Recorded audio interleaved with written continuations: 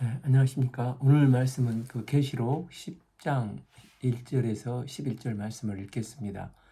10일 그가 내게 말하기를 내가 많은 백성과 나라와 방언과 임금에게 다시 애언하여야 하리라 하더라. 이제 계시록 10장은 거침없이 쏟아지는 일곱 나팔의 재앙 속에서 이제 여섯째 나팔까지 불고 이제 마지막 뜸을 들이시면서 셋, 둘, 하나, 반의 반 하시면서 끝까지 회개해야 할 기회를 주시고자 하시는 하나님의 마음이 느껴지는 것으로 이제 일곱째 나팔 전에 10장 1절부터 11장 14절까지 이 삽입장으로 새로운 장면을 잠깐 보여주는 이 막간극이 등장하고 있습니다. 그래서 지금까지 읽었던 계시록을 중간에 다시 한번 정리해보는 시간을 가져보겠습니다.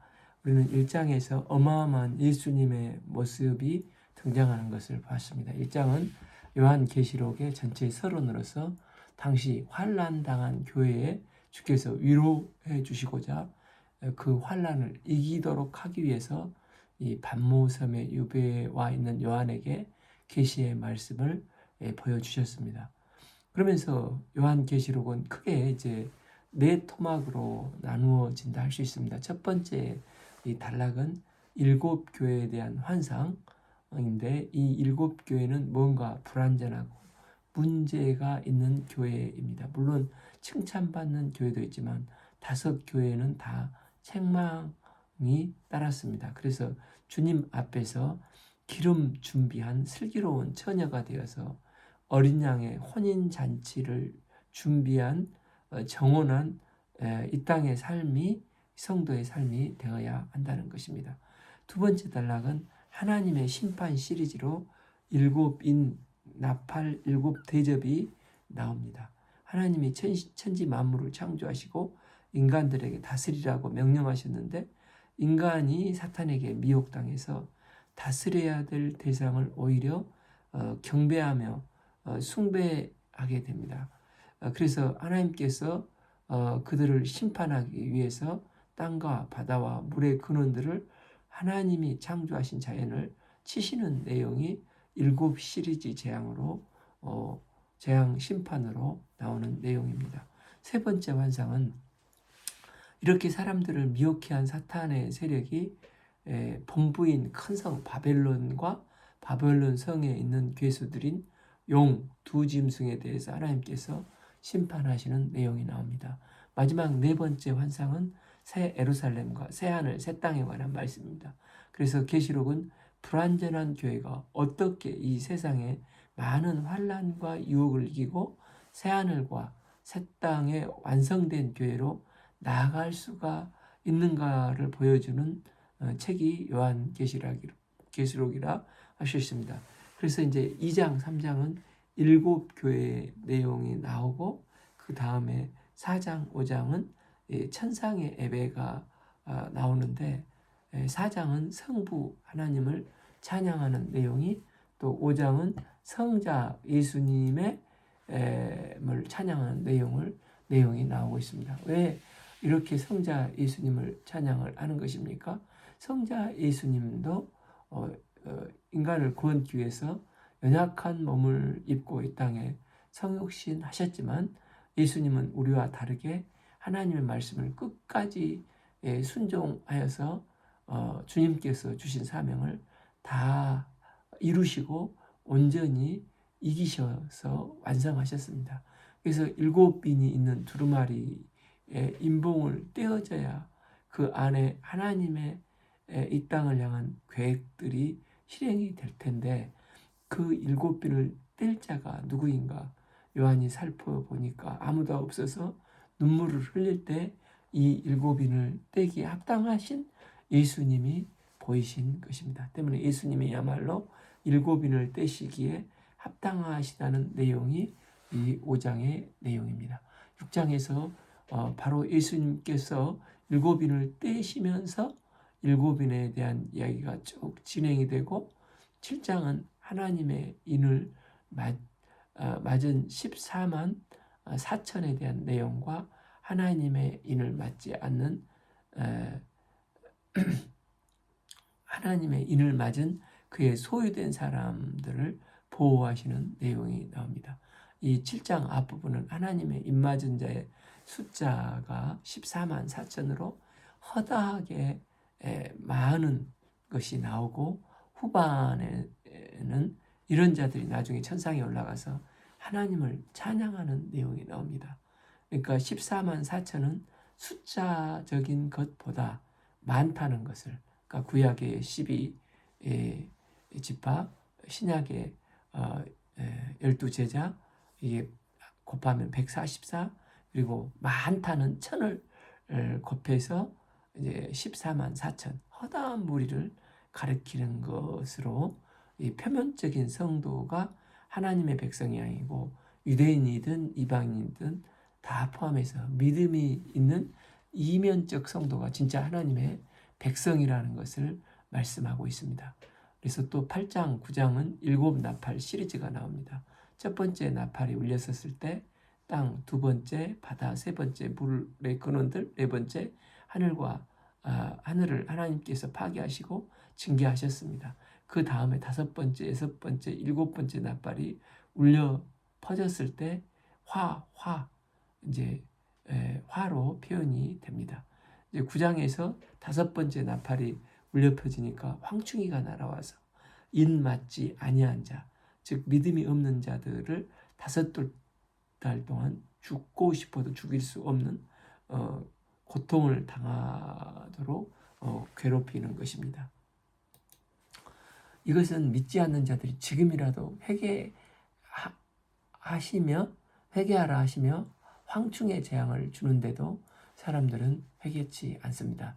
여섯 번째 나팔이 울리니까 유브라데에 있는 네 천사가 노임을 받고 마병대를 이끌고 이 유브라데를 건너와서 사람을 죽이려 거대한 전쟁을 일으키는데, 거기서 3분의 1이 죽게 됩니다. 그러면서 마지막 7나팔이 남아있는데, 이것은 재앙이 아니라 7 대접을 소개하는 역할을 합니다.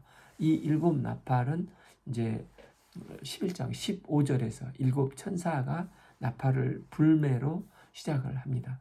하나님은 지금까지 9장까지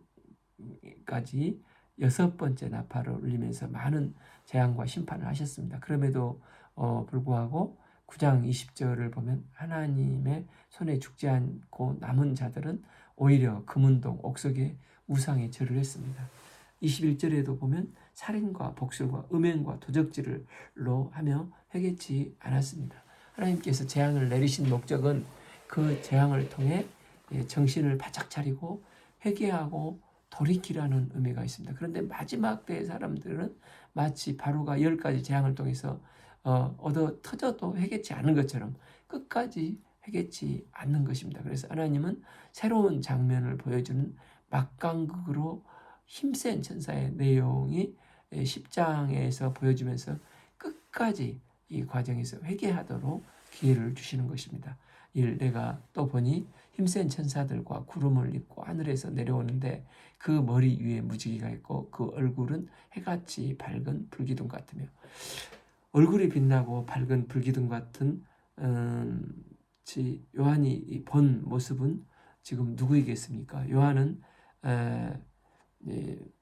요한이 한 컷의 이 모습의 모양인데 이걸 글로 옮겨 놓으니까 복잡해집니다.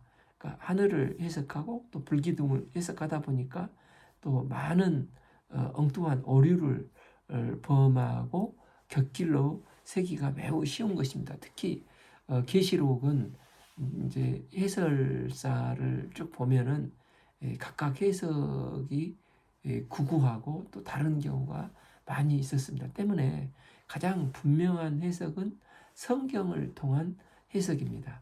특별히 구약과 신약을 통해서 이미 계시된 것들이 이 환상을 통해서 오는 것이기 때문에 구약 말씀의 표현들은 우리가 익숙하게 알고 있는 것들이면 계시록 표현들을 알 수가 있고, 또 신약 말씀을 통해서 해석이 되는 것입니다. 때문에 지금 이 모습은 비록 힘센 천사로 나와 있지만 성부 하나님과 성자 예수님의 영광을 힘입어서 대리하는 힘센 천사인 것을 알 수 있습니다. 이 천사가 하는 일은 1장에 나온 예수님과 4장에 나온 성부 하나님의 모습에도 무지개, 구림, 불기둥이 나와 있는데 성자 예수님과 성부 하나님이 하시는 일과 똑같은 것입니다. 이 천사가 무엇을 들고 있습니까? 그 손에는 펴놓은 작은 두루마리를 들고 그 오른발은 바다를 밟고 왼발은 땅을 밟고 계시록 5장에서 일곱 인의 두루마리가 있었습니다. 하나님께서 요한에게 계시를 주실 때 먼저 예수님께 주시고 예수님은 힘센 천사에게 주시고 힘센 천사는 요한에게 주셨습니다. 요한은 받은 바 말씀을 교회 사자들에게 보내게 되는데 이게 이제 순서인데 지금 10장 장면도 이 두루마리 책을 성부 하나님과 성자 예수님은 힘센 천사를 통해서 요한에게 전달하고 있는데 이 작은 책이 어떻게 되어 있냐면 놓여져 있어서 읽기를 원하는 사람이라면 누구든지 가서 읽으면 되는 것입니다. 5장에서 7인이 이 두루마리에 쳐져 있어서 임봉이 되어 있기 때문에 이 임봉을 떼기에 합당하신 분이 예수님이라고 했습니다. 거기에 나오는 두루마리 같은 책은 누구도 볼 수 없기 때문에 그러나 예수님이 이제 그 임봉을 떼셨기 때문에 10장에서는 임봉되지 않는 펴져 있는 두루마리가 놓여져 있는 것입니다. 이는 예수님께서 이미 떼셨기 때문에 누구든지 이 예언의 말씀을 읽도록 그리고 여기에 나오는 말씀을 지키라고 하시는 것입니다. 또한 이 펴놓은 이 두루마리는 구약의 에스겔서 2, 3장과 비슷한 환상을 본 에스겔이 본 환상의 내용과 비슷합니다. 2장 9절에서 내가 보니 보라 한 손이 나를 향하여 펴지고 보라 내 안에 두루마리 책이 있더라. 이 글의 내용이 무엇이었습니까? 10절 그가 그것을 내 앞에 펴니 그 안팎에 글이 있는데 그 위에 애가와 애곡과 재앙의 말이 기록되어 있더라. 그러니까 계시록에서 두루마리에서 7인이 떼어졌을 때 다 무엇이 펼쳐져 있었습니까? 다 애가와 애곡과 재앙의 일들이 펼쳐져 있었습니다. 7인 중에 첫 번째 인이 떼졌을 때 미혹을 받았고 둘째 전쟁, 세 번째 기근, 네 번째 사망 이러면서 재앙의 말씀들이 쭉 펼쳐졌듯이 에스겔서도 애가와 애곡과 재앙의 말이 기록되었습니다. 그리고 이게 3장 3절에 이 두루마리를 창자에 채우라고 하시기에 내가 먹으니 그것이 내 입에서 달기가 꿀 같다 했습니다.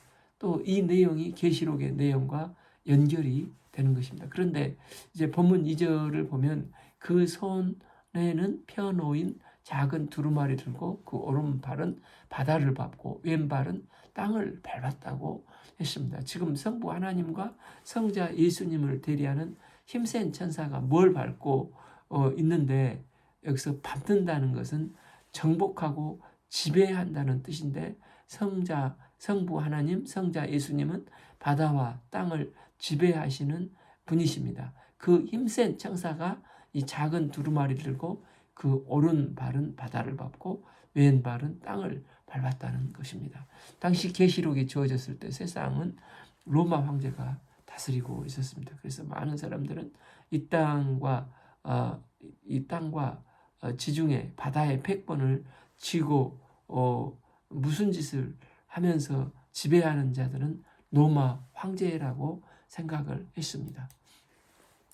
그런 로마가 사방에서 박해를 받고 있는 로마에서 사방에서 박해를 받고 있는 소식이 요한에게 들려오는 것입니다. 당시 네로에 이어서 이제 지금 도미티안 황제 때 가장 극심한 박해가 있었지 않습니까? 그런데 로마가 AD 13년 국교로 공인이 되고 될 때까지 기독교는 약 10차례의 큰 박해를 반복해서 받게 됩니다. 이런 박해 속에서 요한이 힘센 천사를 통해서 보는 것은 이 땅과 바다를 지배하는 것은 로마가 아니라 성부 하나님, 성자 예수님이 이 땅을 지배하고 다스리는 것을 힘센 천사가 바다와 땅을 밟는 것을 통해서 보여주고 있는 것이라 할 수 있습니다. 그래서 이 역사는 하나님이 주관하시고 그리스도를 통해서 모든 것을 완성하게 될 것이다. 이런 환상과 천상의 비전을 통해서 성도들은 그 어렵고 힘겨운 또 남은 많은 박해의 파고들을 견디어 내는 것입니다. 그래서 세상의 땅과 바다를 지배하고 주관하는 분이 이 작은 책을 힘센 천사에게 맡겨 요한에게 나타내신 것입니다. 사자가 부르짖는 것 같이 큰 소리로 외치니 그가 외칠 때 7 우레가 그 소리를 내어 말하더라. 힘센 우렁찬 사자우를 지금 하고 있는데 이 구약 선지서에서도 호세아서 10장 10절이나 또 아모스서 3장 8절에 보면 사자가 부르짖은즉 누가 두려워 아니하겠느냐, 주 여호와께서 말씀하신즉 누가 애언하지 아니하겠느냐 하며 하나님의 음성을 사자의 소리라고 합니다. 이렇게 사자호를 하시는 이유는 이제부터 말씀하시는 말씀을 정신 반짝 차리고 귀 기울이고 들으라는 것입니다. 7 우레가 말을 할 때 내가 기록하려고 하다가 곧 들으니 하늘에서 소리가 나서 말하기를 7 우레가 말하는 것을 임봉하고 기록하지 말라 하더라.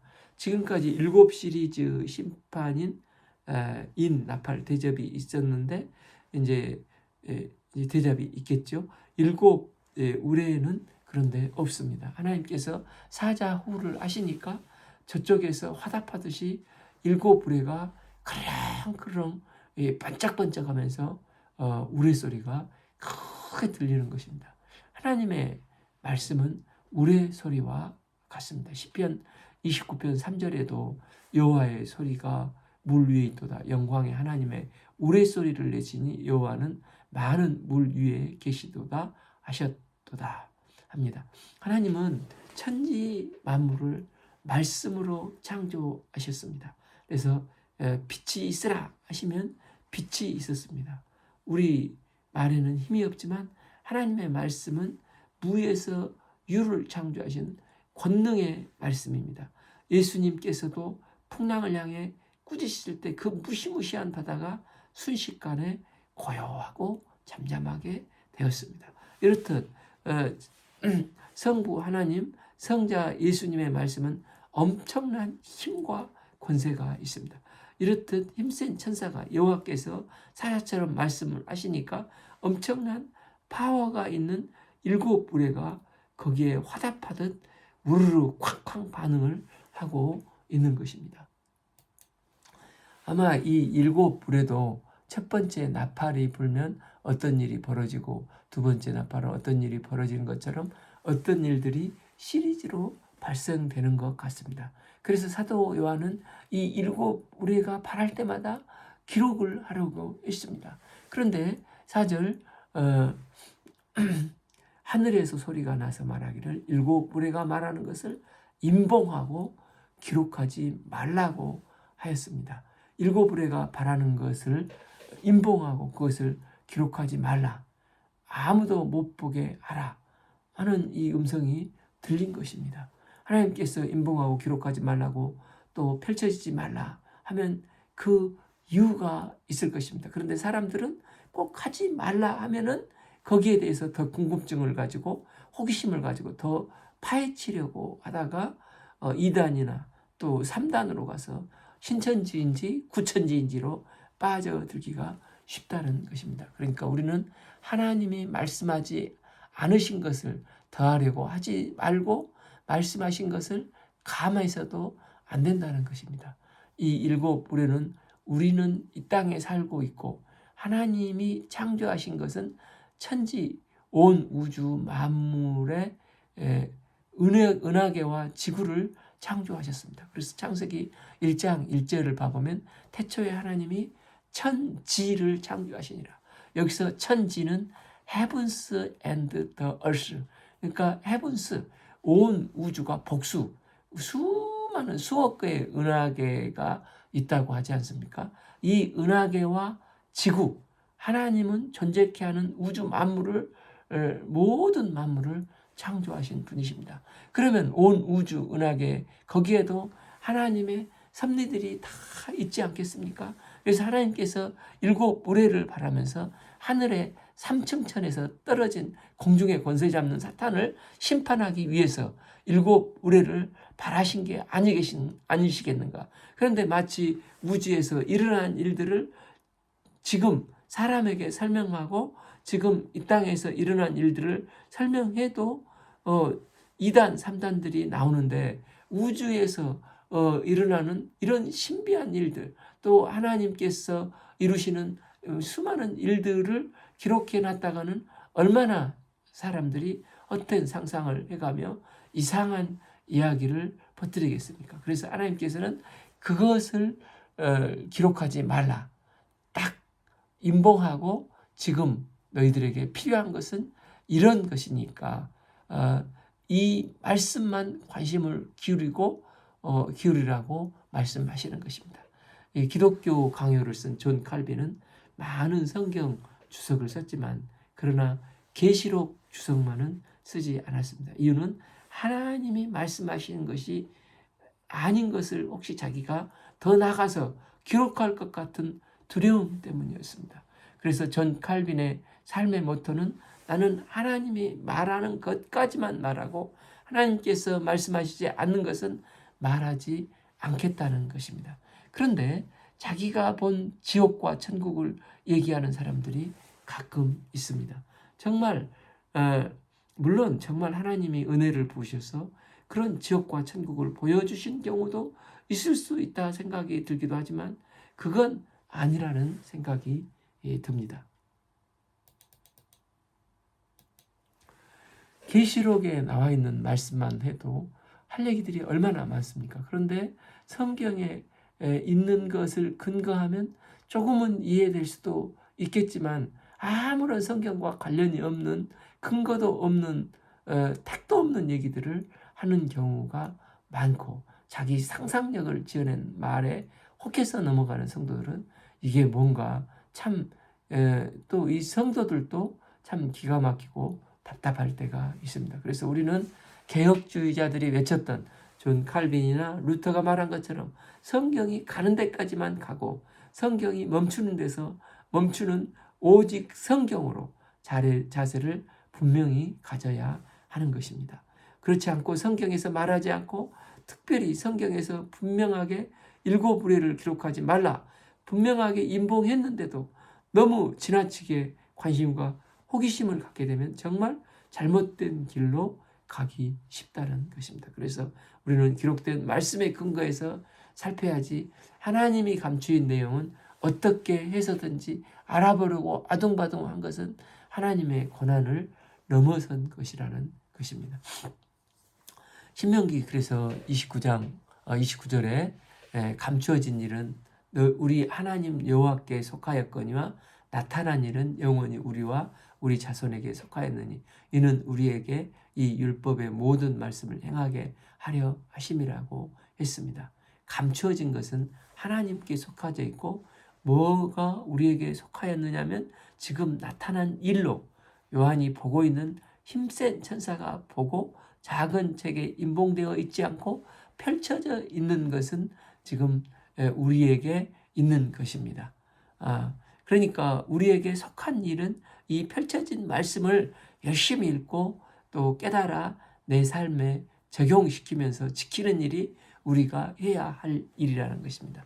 그럼에도 불구하고 하나님께서 감추은 일을 가지고 거기에 엉뚱한 관심을 가지고 있는 것은 대단히 위험하고 잘못된 것이고 또 이런 사람을 쫓는 사람들의 최후도 얼마나 무서운가를 우리는 똑똑히 봐야 하는 것입니다. 그런데 5절은 뭐라고 하시면서 힘센 천사의 모습을 어떻게 설명을 해주십니까? 내가 본 바다와 땅을 밟고 서 있는 천사가 하늘을 향하여 오른손을 들고 앞 2절에서도 이제 오른손 오른발은 바다를 밟고 왼발은 산을 밟고 했는데 지금 또 바다와 땅을 밟고 있습니다. 그 뒤에 8절에도 바다와 땅을 밟고 있는 것을 언급합니다. 그러니까 성부 하나님과 성자 예수님이 천지 만물을 주관하고 계심을 계속해서 강조하고 로마 성도들에게 지금 참 진정한 주관자가 누구신가를 보여주면서 위로와 믿음을 갖도록 돕고 계시는 것입니다. 그런데 바다와 땅을 밟고 있는 천사가 하늘을 오른손을 들었다는 것입니다. 성경에서 오른손은 맹세를 할 때 행위입니다. 다니엘서 12장 7절 내가 들은즉 그 세마포 옷을 입고 강물 위쪽에 있는 자가 자기 좌우 손을 들어 하늘을 향하여 영원히 살아계신 이를 가리켜 맹세하여 이르되 반드시 한때 두때 반때가 지나서 성도의 권세가 다 깨어지기까지 그렇게 되면 이 모든 일이 다 끝나리라 하더라. 이 다니엘 12장은 하늘을 향하여 좌우손을 들었다고 했는데 계시록 10장에서도 이 손을 드는데 한쪽 손 이 오른손을 들고 있습니다. 세세토록 6절 세세토록 살아계신 이 곧 하늘과 그 가운데 있는 물건이며 땅과 그 가운데 있는 물건이며 바다와 그 가운데 있는 물건을 창조하신 이를 가리켜 맹세하여 이르되 지체치 아니하리니. 그러면서 다니엘서 12장 7절 하반부를 보면 반드시 한때 반때를 지나서 성도의 권세가 다 깨어지기까지 그렇게 되면 이 모든 일이 끝나리라 하더라 하는데 이는 계시록 또 7절 일곱째 천사가 소리 내는 그 나팔 소리를 부르려고 할 때 하나님의 비밀이 그중 선지자에게 전하신 복음과 같이 하나님의 비밀이 이루어지리라 하더라가 이제 거의 같은 내용을 서로 지금 계시록과 다니엘서가 묘사를 하고 있습니다. 그러나 그 차이점은 먼 과거에서 먼 미래를 본 것이 다니엘서이고 요한계시록은 조금 더 가까운 과거에서 먼 미래를 보는 게 차이점이 있기 때문에 조금의 차이점은 나타날 수도 있는 것입니다. 그런데 다니엘서에서 뭐라고 합니까? 한때, 두때, 반때를 지나면 이 모든 일이 다 이루어지리라. 여기서 한때, 두때, 반때가 무엇이냐는 것입니다. 우리가 보통 7년간의 대환란을 하면 전 3년 반, 후 3년 반하고 얘기를 하지 않습니까? 그 3년 반이면 이 때를 1년으로 계산해서 3년 해가지고 때를 실제 1년으로 보는 그러니까 때를 1년으로 보는 학자들도 있습니다.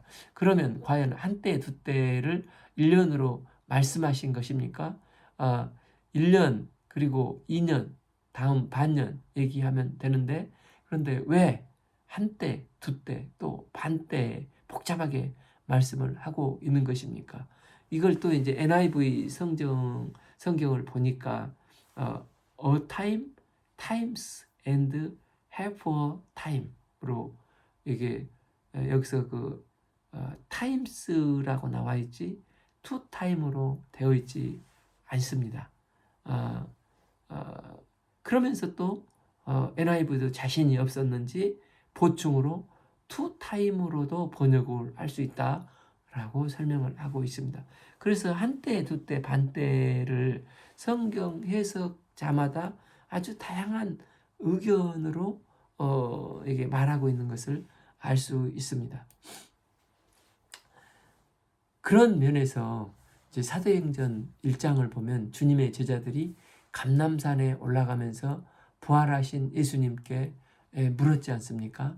스가랴서 14장 4절을 보게 되면 그날에 그 발이 예루살렘 앞 동쪽 감람산에 서실 것이요 감람산은 그 한가운데서 동서로 갈라져 매우 큰 골짜기가 되어서 산 절반은 북으로 절반은 남으로 옮기고 그곳에 서게 되면 그러니까 제자들이 볼 때 그 날이 마지막 날이고 심판하실 그날인데 이것을 생각하면서 이제 부활하신 예수님이 그 감람산에 올라가시니까 제자들이 이스라엘의 회복의 꿈이 다시 살아나서 이제 물어보는 것입니다. 사도행전 1장 6절 그들이 모였을 때 예수께 여쭈어 이르되 이스라엘 나라를 회복하심이 이때이니까. 그런데 예수님은 이런 그들에게 뭐라고 말씀하십니까? 7절 이르시되 때와 시기는 아버지께 자기의 권한에 두셨으니 너희가 알 바가 아니라고 하십니다. 그러면서 예수님은 뭐라고 하십니까? 8절 오직 성령이 너희에게 임하시면 너희가 권능을 받고 예루살렘과 온 유대와 사마리아와 땅끝까지 이르러 내 증인이 되리라. 그러니까 예수님께서 말씀하시는 것은 간단합니다. 언제 어느 시 주님이 오시냐는 우리가 알 바가 아니라는 것입니다. 그러면서 제자들이 신경 써야 할 것은 유대와 사마리아 땅끝까지 이르러 내 증인, 복음의 증인된 사역을 하라는 것입니다. 이게 주님이 의도하시는 바였습니다. 그래서 예수님은 구체적으로 3년 반 구체적으로 말씀하시지 아니하시고 애매한 표현을 하시면서 이것은 우리의 속한 일이 아니니까 하나님께서 지정하신 때가 있다. 그게 한때요 요만큼일 수도 있고 2배가 되는 저만큼일 수도 있는데 어쨌든 그런 것이 지나게 되면 끝이 온다는 것입니다. 그러니까 어쨌든 이런 정하신 때가 지나게 되면 하나님이 정하신 마지막 종말에 예수님께서 다시 재림하실 그날이 되게 하시겠다는 것입니다. 어쨌든 이 천사가 지금 요한에게 전해주는 말은 다니엘서에서도 언급하고 있는 구약에 근거한 내용입니다. 이 힘센 천사가 또 뭐라고 합니까? 17 여호와 일곱째 천사가 소리내는 날 그의 나팔을 불려고 할 때에 하나님의 비밀이 그 종 선지자에게 전하신 복음과 같이 하나님의 그 비밀이 이루어지리라 하더라. 일곱째 나팔이 불려지게 되면은 선지자들이 그동안 말했던 비밀의 예언들이 이루어지게 된다는 것입니다. 구약의 선지자들이 많은 말씀을 예언하고 외쳤지만 요약을 하면 딱 2가지로 정리할 수 있습니다. 첫째는 너희들이 회개치 않고 계속해서 죄를 지으면 하나님은 심판하신다는 것입니다. 둘째는 그의 이름을 부르며 회개하는 자에게는 구원의 은혜가 있다는 것입니다. 그래서 이 심판과 구원이 7째 나팔이 울려 퍼지게 되면은 심판받을 자, 구원받을 자가 명확하게 판가름이 난다는 것입니다. 그러니까 선지자들을 통해서 하신 말씀이 온전히 이루어질 때 7째 나팔이 불려질 때라는 것입니다. 그래서 이 7째 나팔이 불려지게 되면은 이제는 7대접의 재앙이 쏟아지게 되는데 이 7대접의 재앙은 하나님의 이름을 부르는 자와는 이제 상관이 없게 된다는 것입니다. 때문에 우리가 7인과 나팔이 불어질 때까지는 성도들이 그 재앙 속에서 하나님 앞에 회개하면 이 재앙과 함께 휘말리면서 또 돌아가지만 어쨌든 이제 마지막 7째 나팔이 불려지고 7대접이 시작되면 그때는 성도는 이제 7대접의 재앙과는 아무 상관이 없게 되는 것입니다. 우리는 하나님 앞에서 이미 구원을 받게 되고 7대접의 심판은 끝까지 하나님 앞에 회개치 않았던 이 악한 자들에게 해당되고 그들은 결국 심판을 받게 된다는 것입니다. 사실 7째 천사가 소리내는 날 그의 나팔을 불려고 할 때 하나님은 그의 종 선지자들에게 전하신 복음과 같이 하나님의 비밀이 이루어지리라 하더라. 그러니까 원래 이 비밀은 책에 써져 있는 내용, 7인, 7나팔, 7대접의 일이 이제 지체치 않고 전능하신 하나님께서 그 일을 이루신다는 것입니다. 하늘에서 나가서 내게 들리던 음성이 또 내게 말하여 이르기를 내가 가서 바다와 땅을 밟고 서 있는 천사의 손에서 펴놓인 두루마리를 가지라 하기로. 즉 하나님께서 인류의 역사 속에서 이루신 내용을 기록해 놓은 책 에스겔서에 의하면 애가, 애곡, 재앙 이런 것들이 기록된 것처럼 계시록에서도 이런 것들이 쭉 기록되었는데 이 써져 있는 책들을 처음에는 예수님께서 천사에게 줬고 또 천사가 요한에게 줘서 이걸 가지라고 했습니다. 이에 요한의 반응이 무엇이었습니까? 무엇입니까? 내가 천사에게 나가 작은 두루마리를 달라 한즉 천사가 이르되 갖다 먹어버리라. 내 배는 쓰나 내 입에는 꿀같이 달리라 하거늘. 10. 내가 천사의 손에서 작은 두루마리를 갖다 먹어버리니 내 입에는 꿀같이 다나 먹은 후에는 내 배에서 쓰게 되더라. 이 두루마리를 에스겔서처럼 먹었을 때 배에는 쓴데 입에는 꿀송이처럼 달았다는 것입니다. 계시록과 에스겔의 차이점이 무엇입니까? 에스겔은 달았지만 이렇게 기록됐는데 계시록은 쓰나 꿀같이 달다는 것입니다. 사실 우리가 하나님의 말씀을 공부하고 말씀의 맛을 알게 되면 참 말씀이 은혜롭고 그렇게 재미있을 수가 없지 않습니까? 그래서 시편 기자는 시편 119편 103절에서 주의 말씀의 맛이 내게 어찌 그리 단지요 내 입에 꿀보다도 더 다나이다 고백을 했습니다. 이스라엘 백성들은 그래서 아기가 태어나면 말씀이 꿀송이보다 달다는 것을 체험하게 하기 위해서 성경 은혜로운 절을 꿀로 써서 핥아 먹도록 한다고 합니다. 그래서 말씀을 알아가는 재미가 얼마나 오묘하고 달아서 그 어떤 것과도 비교할 수 없는 기쁨이 있기를 바라는 것입니다. 달고 깊이를 측량할 수 없는 이 말씀이 나의 삶의 능력이 되기를 기도합니다. 그런데 이 말씀은 먹는 것은 이렇게 달지만 말씀대로 행하며 내 자신의 삶에 적용시키며 깨달은 말씀을 또 증거하는 삶을 산다는 것은 이건 참으로 쉬운 일이 아니고 어떻게 보면 매우 자기 부인의 고통이 수반하기 때문에 쓰다는 것입니다. 특히 사도 요한에게 있어서 지금 두루마리 내용들은 듣기 좋은 어떤 위로, 축복, 격려, 평안 이런 내용이 아니라 재난과 재앙과 심판과 징계의 내용들이지 않습니까?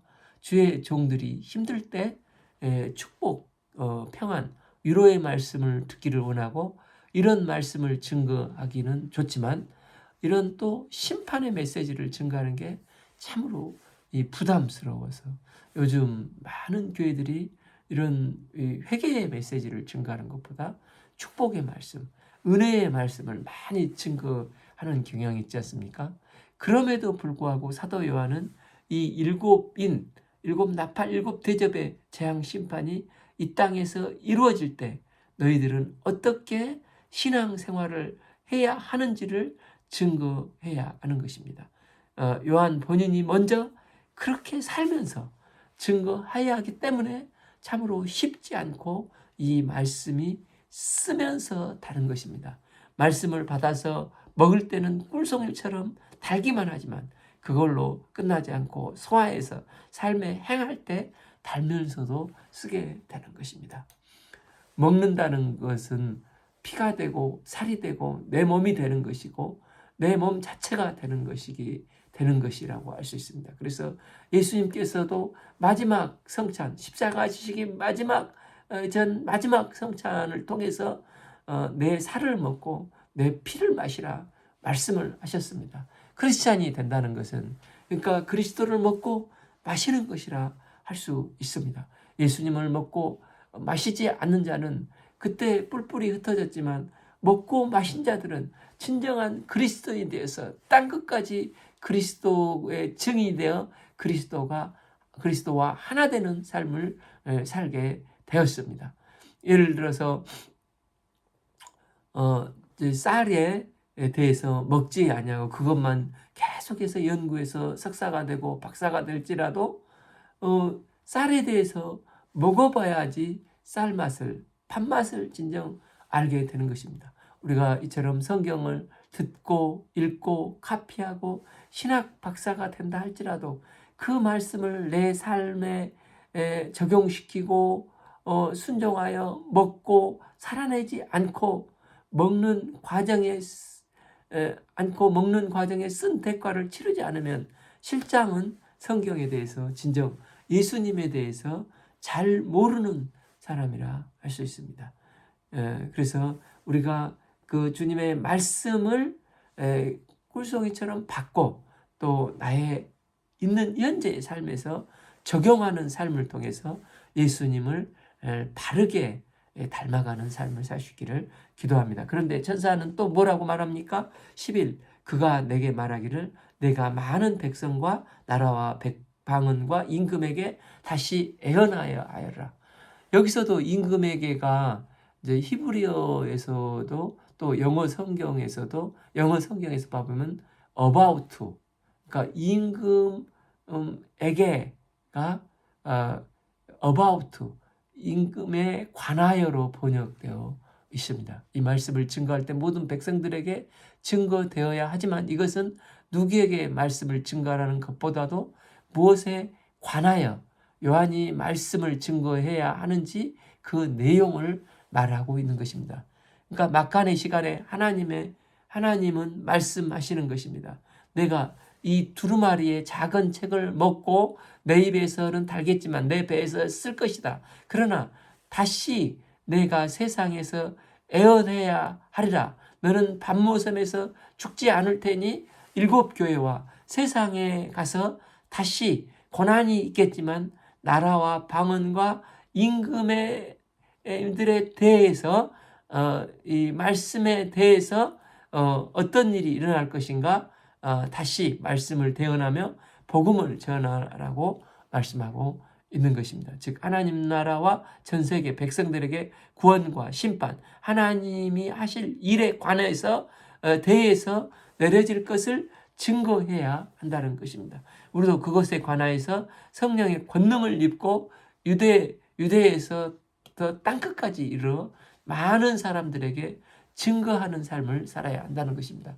이로 그 말씀에 대해서 읽고 듣고 행하도록 해야 할 책임이 우리에게 구원받은 우리에게 있다는 것입니다. 사도 요한은 계시록을 7 교회의 보냄을 통해서 앞으로 하나님께서 행하실 일에 대해서 7 교회들에게 설명을 함으로 그 사역을 마치고 소천을 했습니다. 그리고 그 요한에게 들었던 후사도들이 후대에 증거되고 오늘날 우리에게 이 생명의 이 복음, 요한 복음이 또한 요한 계시록이 저희들에게 증거되었습니다. 요한을 대신해서 이 땅에 주님 오시는 그날까지 우리는 내가 서 있는 곳에서 이곳을 땅 끝이라 여기고 복음을 증거하며 천하보다도 귀한 한 생명을 주님께 인도하고 바른 신앙에 서도록 도와서 하나님 나라로 인도하는데 쓰임받는 귀한 은혜, 그러나 쓴 말씀을 달지만 쓴 말씀을 증거하는 사역에 쓰임받기를 기도합니다. 오늘 말씀은 계시록 10장 1절에서 11절 말씀 읽었습니다. 감사합니다.